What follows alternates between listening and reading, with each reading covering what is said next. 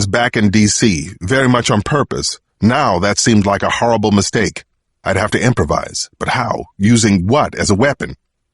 I whispered fast and low to Bree as they came across the beach. There was no time to consider options. There was just my instinct and a quick prayer that we got this right. "Hey, Daddy," Ali called out as they came toward the terrace stairs. He tried to pull ahead, but Kyle, kept hold of his hand. It was everything I could do to stay where I was. Janny ran ahead of them. "Can you believe Mr. Siegel is staying here too?" she said and kissed me on the cheek. "Is that crazy or what?" "Unbelievable," I said. Neither she nor Ali seemed to notice how hollow my voice sounded. "Sorry to drop in like this," Kyle said as Max. He was grinning at me, daring me with his eyes, obviously wanting me to make some kind of move. And the voice, it wasn't Kyle's, but it was Kyle's. How could I have missed the similarities before? It's amazing how the brain follows what the eyes see or don't see. "No problem," I said. I kept the charade up for the kids' sake and moved back inside. "Come on in. Bree's taking a shower, but she'll be right out." Kyle put a hand on Ali's shoulder and my stomach turned. "Why don't you go and get her?" He smiled. "I'll wait here with the kids. I'm sure she'd like to know I was here." What a coincidence. Is this crazy? Something like an electric charge passed between us. Something a lot like hatred. "Bree," I called out. I moved toward the bathroom with my eyes still on Kyle. "Can you come out here?" For just a second, I poked my head in. "Max Siegel just dropped by," I said, loud enough for his benefit. Bree was slipping out of her T-shirt and sticking her head under the running water while we stared helplessly at each other. "Be right there," she called back. I turned to face Kyle again. He was still holding on to Ali. Janny was sitting on the edge of the unmade bed, but now she was watching me intently. I think she had started to sense that something was wrong. "She'll be right out," I said, as naturally as I could. "Good. Then I'm going to take you all for a drive. Kids, you up for a little adventure?" "Sure," Ali said. Janny stayed quiet. The whole time, Kyle kept his right hand covered with that towel, his gun out of sight. When Bree came into the room, she was in bare feet and wearing one of the resort's robes. You'd never know from watching her that she was just as scared and pumped up as I was. "Max, good to see you," she said, and extended a hand as she came toward him. "Not as good as it is to see you." He wasn't hiding his pleasure anymore. But then, as they went to shake, Bree's free hand whipped a small canister out of the pocket of her robe, the hairspray from the complimentary kit in the bathroom. She sprayed it in Kyle's eyes. He yelled in pain, and with a second fluid motion, Bree kneed him in the groin. At the same time, I took a glass decanter off the bar where I'd positioned myself. I crossed the floor in 3 fast steps and swung as hard as I could. The heavy container smashed into Kyle's jaw and nose. He crumpled to the floor. Shards of glass flew everywhere. Ali screamed, but there was no time for explanation or soothing. Bree scooped him up as if he were weightless, grabbed Janny's arm, and got them out the door. And I fell onto Kyle with everything I had. Kyle swung his fist and caught me square in the jaw. A shock ran through my head, but I couldn't swing back. I now had one hand on his wrist and another on the gun he'd carried in. I headbutted him instead, hard, where it had already been cut. It was enough to wrench the weapon free. A Beretta 9mm, Max Siegel's gun. I scrambled backward on the floor, aiming it between his eyes, which he was rubbing at furiously, trying to see. "Roll over," I told him, getting to my feet. "Face down on the floor, hands away from your body." Kyle smiled. His eyes were practically blood red, running with tears, but I knew that he could see me again. This is ironic. I could have sworn you were lying that night in the car. But you really can't pull that trigger, can you? Not without a reason. So either give me one or roll over and kiss the floor right now. Do it! You know I don't say this lightly, Cross, but fuck you. Suddenly he did roll, too fast, and a shard of glass clenched in his hand crossed the space between us. I felt the muscle in my calf tear. My knee buckled. I was halfway to the ground before I knew what happened, and Kyle was up on his feet. He stumbled on his way out, and it probably saved his life. The one shot I managed to get off splintered the sliding door instead of his head, just before he jumped off the terrace and disappeared outside. I fired once into the air as I came onto the beach. Anyone who wasn't already moving out of Kyle's way started scattering now. His gait was erratic. It was possible he had a concussion, but my leg wasn't doing me any favors either. I had never seen a chase like this one. Some people were screaming, others were pulling their kids out of the water. Then, without a clear shot, I could only watch as Kyle reached down and plucked a small boy, maybe 2 or 3 years old, off the ground before his mother could get to him. The woman ran right at them, but Kyle clutched the boy over his torso like a shield. Get back! Get back, girl! Take me! The mother was on her knees, unable to come closer or turn away. Take me instead! Kyle! Put him down! He turned to look at me then, and I was close enough to see the calm coming back into his eyes. He had the bargaining chip he needed, and he knew it. You came here for me, not this boy, I said. Let him go. Take me. The poor boy was sobbing and reaching out for his mother, but Kyle just hitched him up a little higher and held on even tighter. I'll need that gun back first. No more talk. Just set the gun down and back away. 3, 2... Okay. I started kneeling slowly. My leg was seizing up and I could barely move it now. I'm putting it down, I said.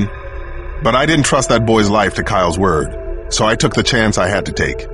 I turned the gun at the last second and fired low. The boy wasn't big enough to shield Kyle top to bottom. My shot caught him just below the kneecap. He howled like a wild animal. The boy dropped to the sand and then scrambled for his mother. Kyle tried to stand, but he could get up only on one leg, and only until I shot that one, too. He flew back into the sand, his chest heaving with pain.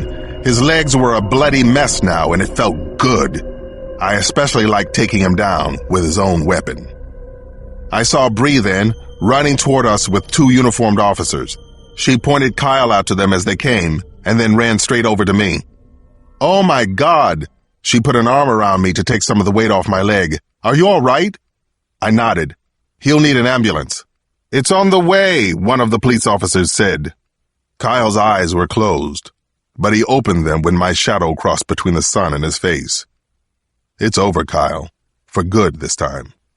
Define over. His breath was ragged, and he was shaking with pain. You think you won something here? I'm not talking about winning. I'm talking about putting you away where you can't hurt anyone ever again. He tried to smile. Didn't stop me the last time. Well, you know what they say. The only thing worse than going into solitary is going back. But maybe it's just an expression. For possibly the first time ever, I saw something like fear in Kyle Craig's eyes. It lasted only a second before he snapped back to the same rigid demeanor. This isn't over. But he was already talking to my back. The ambulance was just pulling up to where we were, and I wanted to warn the EMTs. Take care of him first, I said, but you need to be careful. This man is extremely dangerous.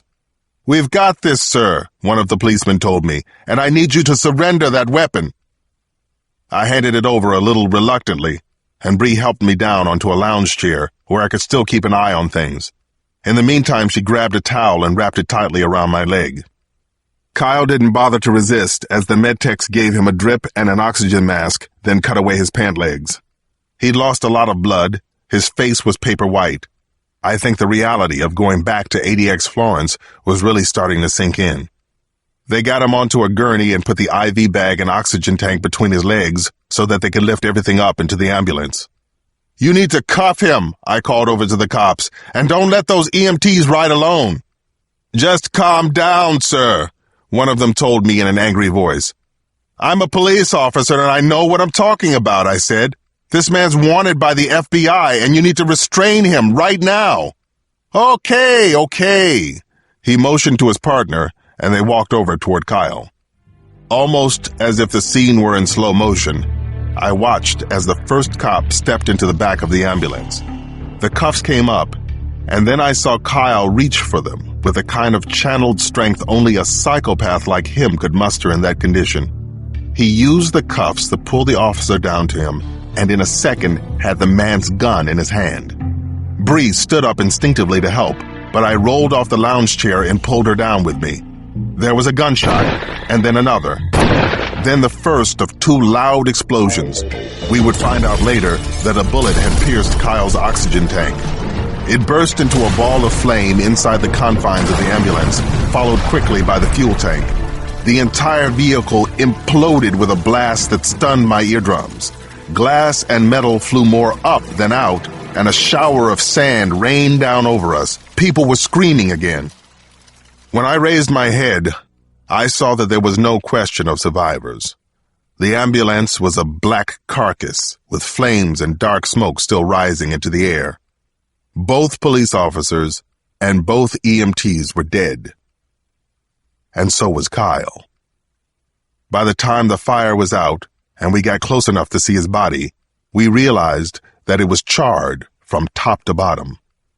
The face he'd invested so much in was completely unrecognizable, just a featureless black mask where the man used to be. In fact, not that much of him was even there anymore. As to whether Kyle fired into that oxygen tank on purpose, I have to wonder. Maybe going back to solitary confinement was more than he could bear. Prison might have easily killed him in the end, and maybe Kyle knew that.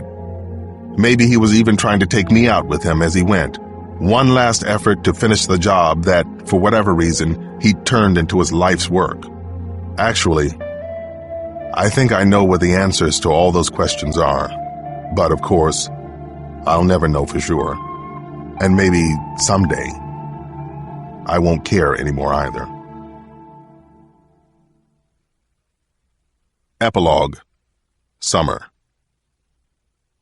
The media storm waiting for me when I got home topped what I'd left behind, if that was possible. Kyle Craig had been the most famous wanted person in the country, and everyone clamored for a piece of the story. I had to hire Rakeem Powell's security service for several more days just to keep the gawkers at bay and give my family some semblance of privacy. I thought Nana would blow a fuse over what happened in Nassau, but she didn't. We all quietly settled back in as best we could. Over the next several days, I started the slow and steady process of talking to the kids, together and separately. I wanted them to know that, while what happened was very real, it was also the end of something. I think each got that in his or her own way. By the time my 2 weeks vacation was up, everyone was doing pretty well. But I'd also come to a decision. I needed to be around more than I'd been, at least for a while. I put in for an unpaid leave from work through the end of the summer and just hoped they'd accept it. If not, then not. I'd find something else to do. In fact, I was thinking seriously about writing another book, this one focusing on Kyle Craig and the mastermind case. Not only had Kyle been the toughest challenge of my career, he'd also been a friend of mine. Once. I felt as if I had a story to tell, and it would be a powerful one. Meanwhile, there were sunflowers to plant and movies to see, boxing lessons to catch up on in the basement, baseball games, trips to the Smithsonian, long dinners to linger over until after dark with good conversations, games of go fish. There was my new wife to lavish with all the love I could give, and of course, a new life to start together. If only things could have stayed that way. The endless summer. It was just after 4th of July weekend when I got that call from MPD. The call that everyone over there swore they wouldn't make, no matter what the circumstances. A detective in Austin, Texas had been calling around looking for me. He was dealing with a multiple down there, a baffling and grisly one. But it wasn't just the murders. The case was starting to show a striking similarity to one of my own, something I thought I'd put to bed years ago. Even so, I made the appropriate referral to a detective I'd worked with in Dallas and stood my ground. I wasn't a cop right now, not until September. But then the next call came about 2 weeks later. This one was from a detective in San Francisco by the name of Boxer. She had a strange one on her hands, and her case sounded familiar too, a lot like the murders committed by a madman known as Mr. Smith. I had caught Smith and watched him die. At least I thought I had. But that's a story for another day.